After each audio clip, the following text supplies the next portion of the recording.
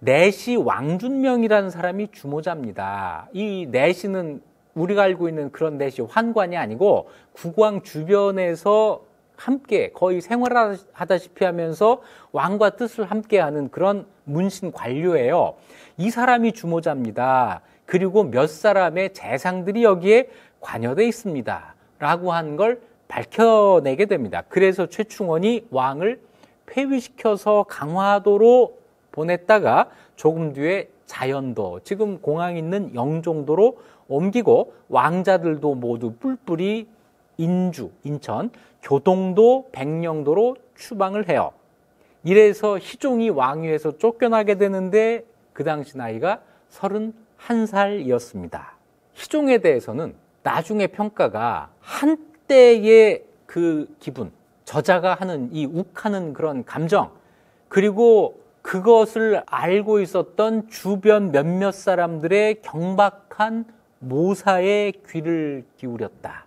그래서 한때 울분을 풀려고 하다가 축출당했으니 참 슬프다라고 하는 평가가 붙어 있는데, 적어도 무신 집권기 100년 동안 무신 권력자를 직접 제거하려고 했던 유일한 국왕이 이 희종입니다. 비록 실패로 끝났지만 100년 동안 왕권을 그렇게 억압하는 무신 권력자를 국왕이 제거하려고 한 시도가 한 번도 없었다고 하면 고려 왕실이 너무 우습게 보이는 일이죠. 어쨌거나 비록 실패했어도 그런 시도를 한 번 했다는 것만으로 희종의 이 시도는 의미가 있다고 저는 생각을 합니다. 언제나 이길 것 같아서 그 간 보고 그리고 싸우는 거 아니에요. 질게 뻔해도 안 싸우면 역사가 아무도 안 싸웠다고 기록을 하게 되는데, 이게 싫어서라도 싸울 때 싸워야 된다. 희종은 그 일을 했다. 희종의 말년은 정말 고난의 연속입니다. 왕위에서 쫓겨날 때 31살이었단 말이에요. 폐위돼서 강화도로 갔다가 자연도, 영종도로 갔다가 1215년에, 그러니까 4년 뒤에 최충원이 교동도로 옮기라고 해요. 영종도에서 교동도로 옮기라고 해요. 그랬더니 파견됐던 관리가 와서 왕이 놀라서 어쩔 줄을 몰라 했습니다. 지금 유배간 곳에 먹을 것과 쓸 물건이 너무 부족해서 쌀 6섬이 전부였습니다. 너무 불쌍해요. 이렇게 보고를 하니까 최충원이 안색을 바꾸고 모진 소리로 말하기를, 내가 관대하지 않았다면 왕 부자의 목이 오늘날까지 붙어 있겠느냐. 왕준명 사건, 그러니까 희종이 최충원을 죽이려고 했던 그 사건만 생각하면 내 머리털이 곤두선다. 살아있는 것만도 고맙다고 여겨라. 이랬다는 거죠. 그런데 그 뒤로 한참을 더 살아요. 1227년에, 그러니까 교동도에서 무려 12년을 있다가 갑자기 희종 복위 시도가 있습니다. 이것 때문에 그때 최고 권력자였던 최우에 의해서 강화도로 옮겼다가 또 교동으로 옮겼다가 1237년에 57살의 세상을 떠납니다. 31살의 왕위에서 쫓겨나고 무려 26년 동안 유배 생활을 하고 세상을 떠난 거죠. 그래도 희종이 없었다면 무신 정권에 대항한 왕이 아무도 없었다. 이렇게 기록이 됐을 텐데 그렇게 하지 않게 되었다. 희종을 쫓아내고 희종의 아들들까지 전부 쫓아내요. 그리고 그 다음 왕을 누구로 세우느냐면, 먼저 왕위에서 쫓겨났던 명종의 아들 강종입니다. 명종의 아들을 불러내서 왕을 시켜요. 이 강종은 1197년에 명종이 폐위될 때 강화도로 추방이 되어 있었는데, 이 강종을 개경으로 불러들였다가 왕위에 세웁니다. 그때 이미 나이가 60살이었어요. 60살의 왕이 됩니다. 60살의 신입 왕, 이건 너무 좀 생소하지 않아요? 그래서 이 강종 옹립에 더 중요한 것은 그 아들이에요. 강종을 왕으로 세우고 그 아들을 태자로 만드는 걸 동시에 진행합니다. 강종이 이미 60살이니까 얼마 못 살 테니까 그 다음 왕까지 결정을 한 거죠. 그 다음 왕이 고종이에요. 이래서 강종, 고종 부자가 고생 끝 개경으로 돌아와서 왕과 태자가 되는 거죠. 과연 강종은 왕위에 오른 지 2년 만에 1211년에 왕이 되었다가 1213년에 병이 들어 세상을 떠납니다. 그리고 그 다음에 고종이 즉위하게 되는데요. 강종은 불과 2년 동안 왕위에 있었지만 그 아들 고종은 그 이후 무려 46년 동안 왕위에 있는 고려국왕 기록을 세웁니다. 22살에 왕이 돼서 68살까지 46년 동안 왕위에 있는데 고려가 474년 동안 존속하잖아요. 이때 왕이 몇 명이었을까요? 모두 34명입니다. 그래서 한 사람당 평균 재위 기간을 계산해 보면 13.97년이에요. 14년인데 고종이 46년이니까 평균을 훨씬 상회하는 거죠. 여기서 고려 국왕들 누가 오래 했나 한번 볼까요? 고종 46년, 문종 36년, 충렬왕 34년. 요 세 사람만 30년 이상이고 그 다음은 명종이 27년, 태조, 광종이 26년 뭐 그런 식으로 갑니다. 고종 가장 오랫동안 왕위에 있었다.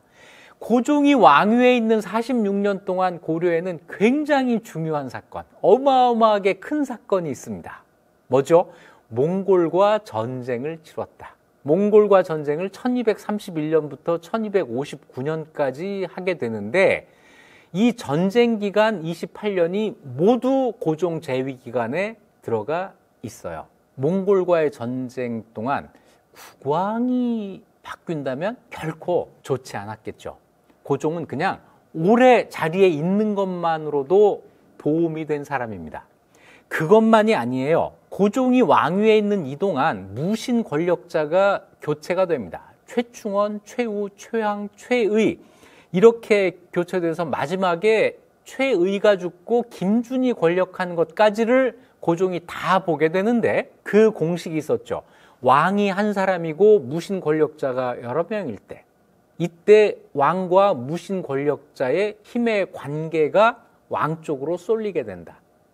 반대로 무신 권력자는 한 사람인데 왕이 여러 번 교체될 때 이때는 둘 간의 권력 관계가 무신 권력자 쪽으로 쏠리게 된다. 최충원이 혼자 있는데 여기에는 명종, 신종, 희종, 강종, 고종 이렇게 되면 최충원의 권력이 더 세질 수밖에 없는 거죠. 명종 혼자 있는데 이방, 이고, 정중부, 경대승, 이민, 최충원 이렇게 가게 되면 무신 권력자의 부족한 정당성을 국왕이 채워줘야 되기 때문에 국왕의 권위가 높아질 수가 있어요. 자, 이 공식을 고종에게 적용하면 어떻게 될까요? 고종은 한 사람이 있는데 최충원, 최우, 최황, 최의, 김준 이렇게 가니까 점점점 시간이 갈수록 고종의 지위가 높아지고 권위가 높아지고 하는 효과가 있었을 겁니다. 단순히 오래 살고 왕위에 오래 있었던 것만으로 왕이 누릴 수 있는 혜택이에요. 이게 고종에게 있었던 거죠. 여기서 잠깐 최충원의 결혼에 대해서 한번 알아보겠습니다. 최충원 결혼을 3번 해요. 결혼 3번 하는데 이 3번 한다는 것의 의미는 동시에 여러 부인을 거느린다라는 게 아닙니다. 고려는 일부 일처제 사회예요. 그렇기 때문에 부인이 여러 명 있는 것처럼 보여도 사별하거나 이혼하거나 한 상태에서 재혼을 하는 것이지 동시에 여러 부인과 함께 결혼 생활을 유지하는 게 아닙니다. 첩이 아니라는 거죠.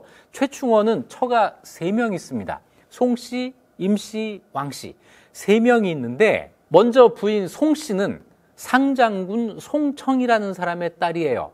이 결혼은 아마 최충원이 권력자가 되기 전의 결혼이었을 테니까 자기 집안과 거의 격이 맞는 이런 집안을 택해서 결혼을 했을 겁니다.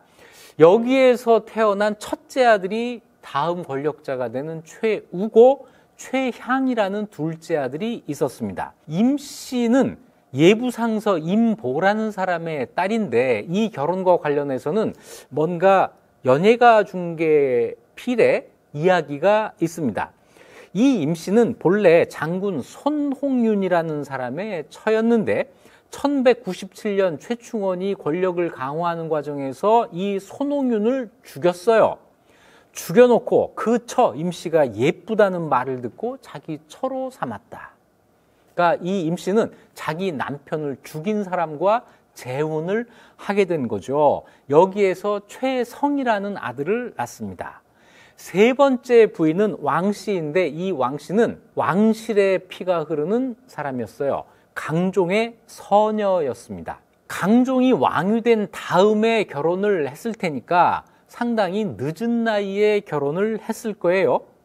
강종의 서녀라고 하는 것은 이건 왜 들어가냐면 강종의 부인, 정식 왕후와의 사이에서 태어난 공주가 아니라는 뜻이에요. 그랬기 때문에 고려의 공주들이 전부 종칠과 종례혼을 하는 전통에서 벗어나지 않은 거라고 아직은 볼 수 있습니다. 그리고 여기에서 최구라고 하는 아들 하나가 태어나요. 그래서 부인이 3명이고 아들이 4명인데 이 아들들의 결혼에서 특이한 점이 발견됩니다. 첫째 부인과 사이에서 나온 둘째 아들 최향이 고려의 종실 수춘후 왕항의 딸과 결혼을 합니다. 왕실 여성과 결혼한 거예요.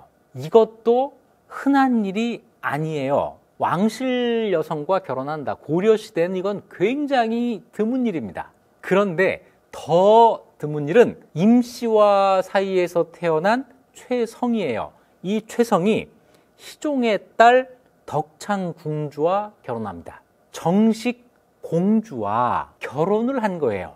고려 왕실에서 공주는 100% 종례혼, 왕실 사람들과 결혼을 하는데 유일하게 왕실 남성이 아닌 사람과 결혼한 것이 이 사례입니다. 최충원의 아들. 유일한 사례. 그래서 최충원의 본인 결혼도 그렇고 아들 때의 결혼을 보면 조금씩 왕실에 스며들고 있었다. 이렇게 이야기할 수 있습니다. 특히 희종의 딸과 결혼한 최성은 종실의 반열에 들어섰다라는 평가까지 들어요. 왕족과 같은 대우를 받게 됐다. 이렇게 이야기할 수 있는 거죠. 나중에 보면 고종이 최충원에게 왕씨성을 하사합니다. 왕씨가 된 거예요. 점차 왕실에 스며든다. 자, 이 표현이 아주 적합하죠. 실제로는 국왕을 능가하는 힘을 가지고 있었다. 그러면서도 왕실의 권위를 어떻게든 이용해 보려고 했다. 이렇게 볼 수 있겠습니다.